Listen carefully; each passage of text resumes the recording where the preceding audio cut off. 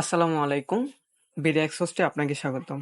আজকে এই ভিডিওতে আমি আপনাকে দেখাবো কিভাবে আপনারা হোস্টিং অর্ডার করার পরে অ্যাক্সেস গুলো পাবেন।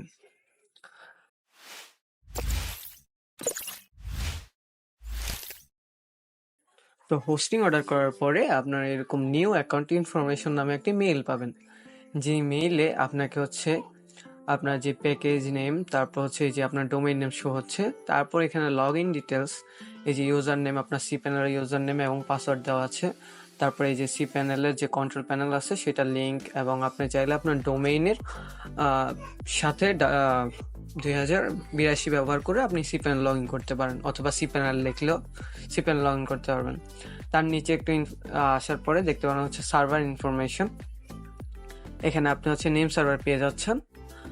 তারপর এখান থেকে এফটিপি সার্ভার পেয়ে যাচ্ছেন, এফটিপি হোস্ট নেম, সবকিছু আপনি এখান থেকে দেখতে পাচ্ছেন।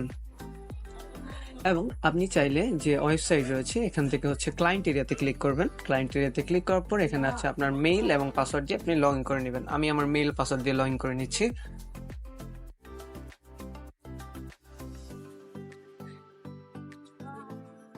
তারপর জাস্ট আমি লগ ইন ক্লিক করব।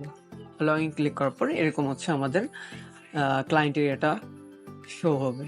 তারপর আপনার এই যে মেনু সেকশন থেকে মাই সার্ভিসে ক্লিক করতে পারেন, অথবা এখানে সার্ভিসের উপরও ক্লিক করতে পারেন। আমি জাস্ট মাই সার্ভিসে ক্লিক করব। মাই সার্ভিসে ক্লিক করার পর এখানে আপনার অ্যাক্টিভ যে সার্ভিসটি থাকবে সেটি শো হবে। তো আমার যে অ্যাক্টিভ সার্ভিস রয়েছে সেটি শো করছে। সো আমি এখান থেকে জাস্ট এটার উপর ক্লিক করব। এটার উপর ক্লিক করার পরে আপনারা এখান থেকে এই যে পাশে দেখতে পারবেন অ্যাকশন নামে একটি সেকশন, যে সেকশনে আপনি ডিরেক্ট cPanel লগ ইন করতে পারবেন। তারপর ওয়েব মেইলও লগ ইন করতে পারবেন এবং পাসওয়ার্ড চেঞ্জ করতে পারবেন। এটা আপনার cPanel পাসওয়ার্ড আপনারা এইভাবে চেঞ্জ করতে পারবেন। আপনারা চাইলে আপনার সার্ভিসটি আপনার ডেটের আগে রিনিউ করে ফেলতে পারবেন। আচ্ছা, তারপর আপনি চাইলে এটা ক্যান্সেল রিকোয়েস্টও পাঠাতে পারবেন এখান থেকে। তার একটু নিচে আসার পরে আপনার এখান থেকে পেয়ে যাবেন cPanel অ্যাক্সেস। এখানে দেখেন আমাদের যে মেইলে ইউজার নেম যেটি দেওয়া আছে সেটি এখানে শো হচ্ছে। এই যে মেইলে দেওয়া ইউজার নেম এবং এখানে যে ইউজার নেম আছে সেটি একদম শো হচ্ছে। তারপর এখানে আপনি ক্লিক করলে এখানে পাসওয়ার্ডটাও দেখে নিতে পারবেন। তারপরে এখানে নিচে দেওয়া আছে name server, host name, IP address, সবগুলো এখান থেকে দেওয়া আছে।